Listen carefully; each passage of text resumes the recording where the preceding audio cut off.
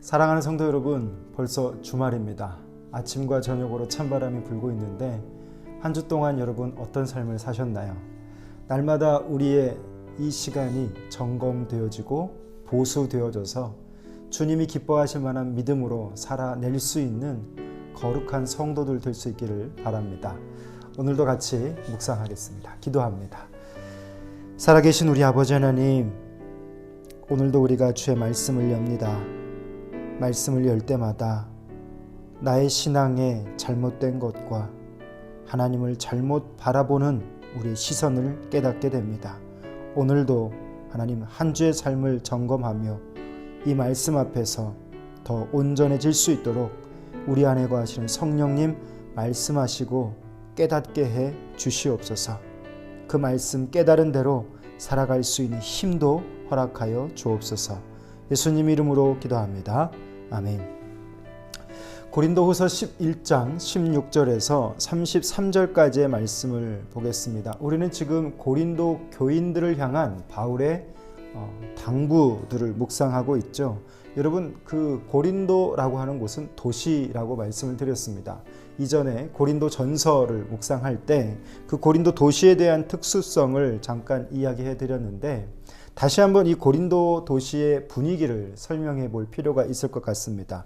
왜냐하면 바울이 지금 거짓 사도들과의 자신과의 비교 속에서 오늘 무엇 때문에 그가 이렇게 하고 있는지 좀 배경 이해가 된다면 우리의 묵상이 좀 더 우리의 시대 속에서 깊이 뿌리 내릴 것 같습니다.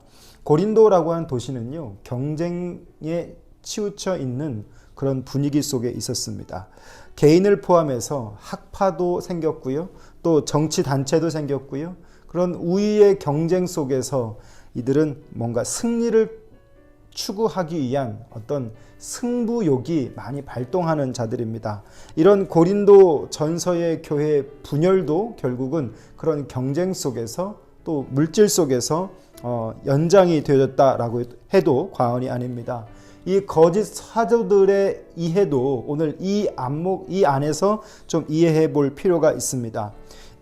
고린도 도시에 속해 있는 거짓 사도들의 배경도 이와 좀 맞물려 있어서 이 논리를 가지고 교회에 설득하고 있고, 오늘 바울도 그런 면에서 이 교회가 진짜 직면하고 있는 어려움, 특별히 본문에서 보자면 진짜 사도가 누군가, 진짜 하나님의 일꾼이 누구인가 라고 하는 그 문제 속에서 왜 분별하지 못하는가, 그것은 그들의 도시 정서, 그들의 살아가는 그 터 속에 있는 나름의 정신들 때문에 오늘 이러한 어려움이 발생했다라고 할 수 있습니다. 단락으로 한번 우리가 구별을 해 보겠습니다. 성경을 여러분 잘 보시면 16절에서 21절은요, 바울이 이렇게 말합니다. 내가 자랑이 어리석은 줄 아는데 그 어리석은 자랑을 할 수밖에 없는 나를 용납해라 라고 말하죠. 그것이 16절에서 17절의 내용입니다. 자, 그리고 바울이 어리석은 자랑의 이유를 18절에서 20절로 하고 있습니다. 어리석은 자랑을 오늘 21절에서는 좀 담대히 하고 있죠. 그리고 두 번째 단락으로는요, 22절에서 23절 보시면 바울의 자랑거리들에 대해서 설명해 줍니다.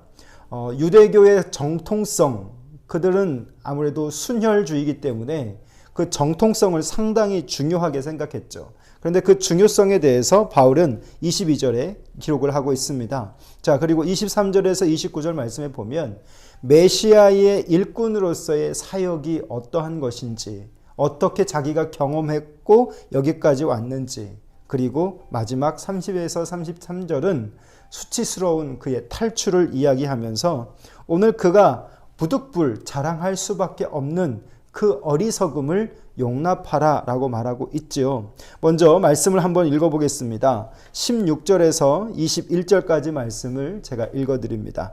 내가 다시 말하노니 누구든지 나를 어리석은 자로 여기지 말라. 만일 그러하더라도 내가 조금 자랑할 수 있도록 어리석은 자로 받으라. 내가 말하는 것은 주를 따라 하는 말이 아니요 오직 어리석은 자와 같이 기탄 없이 자랑하노라. 여러 사람이 육신을 따라 자랑하니 나도 자랑하겠노라. 너희는 지혜로운 자로서 어리석은 자들을 기쁘게 용납하는구나. 누가 너희를 종으로 삼거나 잡아먹거나 빼앗거나 스스로 높이거나 뺨을 칠지라도 너희가 용납하는도다. 나는 우리가 약한 것 같이 욕되게 말하노라. 그러나 누가 무슨 일에 담대하면 어리석은 말이나마 나도 담대하리라. 여러분, 아가페 쉬운 성경의 이 부분을 보면요, 20절을 이렇게 설명합니다. 여러분은 노예로 삼는 사람, 또 여러분에게 사기치는 사람, 여러분을 이용해 먹는 사람, 여러분의 뺨을 때리는 사람에 대해서는 여러분은 잘도 참아내고 있습니다 라고 말하고 있죠. 여러분, 지금 거짓 사도들이 고린도 교회 안에 들어가서 고린도 교인들을 미혹하고 있습니다. 그 거짓 사도들이 바울을 나름의 방식으로 공격하고 모략하고 있을 때 바울이 이 서신에서 보여주고 있는 건 거짓 사도들이 보여주고 있는 그 옳지 못함을, 자신이 스스로 옳지 못함을 실행하면서 고린도 교인들을 설득하고 있는 거죠. 그런데 고린도 교인들의 수준이 어떤 정도냐면 20절 말씀을 잘 보셔야 돼요. 노예로 당신들을 삼고 있어도 당신들은 그것을 용납하고 있고, 여러분에게 사기를 쳐도 여러분은 그것을 용납하고 있으며, 여러분을 이용해 먹고 있고, 심지어 뺨을 때리는 사람도 여러분은 잘도 참아내고 있습니다. 분별하지 못하는 참 어리석은 고린도 교회 성도들의 모습을 보여주면서 오히려 거짓 사도들이 그 고린도 성도들을 미혹하는 방식을 오늘 바울도 어리석지만 스스로 자랑하면서 오늘 성도들을 설득하고 있는 것입니다. 자세하게 설명을 해보면 어리석은 자랑을 하겠다고 오늘 바울이 말하고 있지 않습니까? 자랑한다고 해서 마치 이 일이 내가 어리석은 것인 줄 모르고 하는 것처럼 여러분 생각하지 마십시오. 이거 어리석은지 저도 압니다. 하지만 제가 그렇게 하는 이유가 뭐냐면 이 어리석은 자가 되어서 그들의 방식대로 하여서 누가 참이고 가짜인지를 오늘 바울은 독자들에게, 이 서신을 받는 자들에게 보여주기 위함인 것이죠. 그래서 18절에서 21절 말씀을 보면 고린도 성도들의 그 어리석은 상태 때문에 오늘 바울은 어리석은 자랑을 할 수밖에 없음을 나타내고 있습니다. 거짓 사도들을 잘 용납하고 있는 그들의 수준, 바울이 이 다른 이들처럼 육신을 따라 지금 자랑을 이제 준비하고 있습니다. 사랑하는 성도 여러분, 오늘날은 어떨까요? 오늘날에도 어리석은 방식의 신앙생활함이 얼마나 우리 주변에 많은지 모르고, 또 어리석게도 그런 자들을 따라서 그것이 옳은 것인 양 생각하고 살아가려고 판단하는 자들이 얼마나 많은지 모릅니다. 우리 시대는 그래서 분별이라고 하는 이 키워드, 영적인 키워드가 될 텐데요. 우리 성도들도 말씀을 계속 묵상하면서 이 말씀을 통해서 여러분의 신앙을 점검하고 교회를 점검하고 또 목회자를 점검하고 여러분이 그렇게 분별할 수 있는 그리스도인들 될 수 있기를 바랍니다. 자, 오늘 바울은요, 다시 그 독자 위에 군림하고 있는, 성도들 위에 군림하고 있는 그들의 믿음을 주관하려 하는 그런 자들에 반해서 바울은 한 번도 그들 위에 서거나 그들을 주관하려 하거나 그들의 피해를 끼치려고 하지 않았다라고 하는 것을 보여줍니다. 참 사역자를 분별하지 못하는 이 어리석은 사람들, 그게 바로 19절의 내용이죠. 복음 안에서 하나님의 관점 대신 인간적인 관점과 조건을 앞세워서 이 경쟁을 앞세우고 있는 거짓 사도들 앞에서 바울은요, 전혀 다른 방식으로 오늘 중요한 가르침을 삼고 있습니다. 22절 말씀을 보면 바울의 자랑거리가 나옵니다. 바로 유대교의 유산, 정통성이라고 할 수 있겠죠. 자, 그 자랑의 구체적인 내용이 진행되어지는데 하나씩 반박하고 있습니다. 유대인으로서 자랑을 비유대인들인 고린도 성도들에게 지금 거짓 사도들은 말하고 있었던 것 같습니다. 그래서 바울은 자신이 탁월한 바리새인이었음에도 불구하고 그런 것에 대해서 예전에 빌립보서에서 나타나고 있는 자신을 어필하고 있는 방식과는 조금 다르게 이야기해 주고 있는데요. 빌립보서에서 주장하고 있었던 유대교의 유산에 대해서 보다 바울은 훨씬 더 낫다라고 하는 말을 가지고 있습니다. 나도 그렇다 정도로만 말하고 있고요. 빌립보서 여러분 한번 찾아보시면 빌립보서 3장 4절에서 6절까지 말씀 속에 바울이 자신을 어떻게 설명하고 있는지가 나옵니다. 그런데 오늘 이 본문에서는 조금 그런 방식으로 자신을 소개하지 않고 자랑하지 않고 그냥 나도 그렇다 정도로만 이야기하고 있습니다. 23절에서 29절 말씀을 보면 바울의 두 번째 자랑거리 메시아의 일꾼으로서의 사역을 이야기합니다. 메시아의 일꾼으로서 사역을 볼 때 23절을 보시면 바울은요, 그들이 스스로 메시아의 사역자라고 말하는 그 황당한 것에 대해서 이렇게 설명을 하고 있습니다. 한번 말씀을 읽어볼까요? 23절 제가 말씀을 읽어드릴게요. 그들이 그리스도의 일꾼이냐 정신없는 말을 하거니와 나는 더욱 그러하도다. 내가 수고를 넘치도록 하고 옥에 갇히기도 더 많이 하고 매도 수없이 맞고 여러 번 죽을 뻔하였으나 하면서 자기가 얼마나 지금 고통 가운데 있었는지를 어려움 속에서 그의 사도됨을 유지하고 있었는지를 보여주고 있습니다. 바울이 23절에 그렇게 정신없는 말을 하는 것 같다라고 표현하는 이유가 뭘까요? 그들은 절대 그런 삶을 살 수 없는 자들이기 때문이다 라고 말할 수 있겠습니다.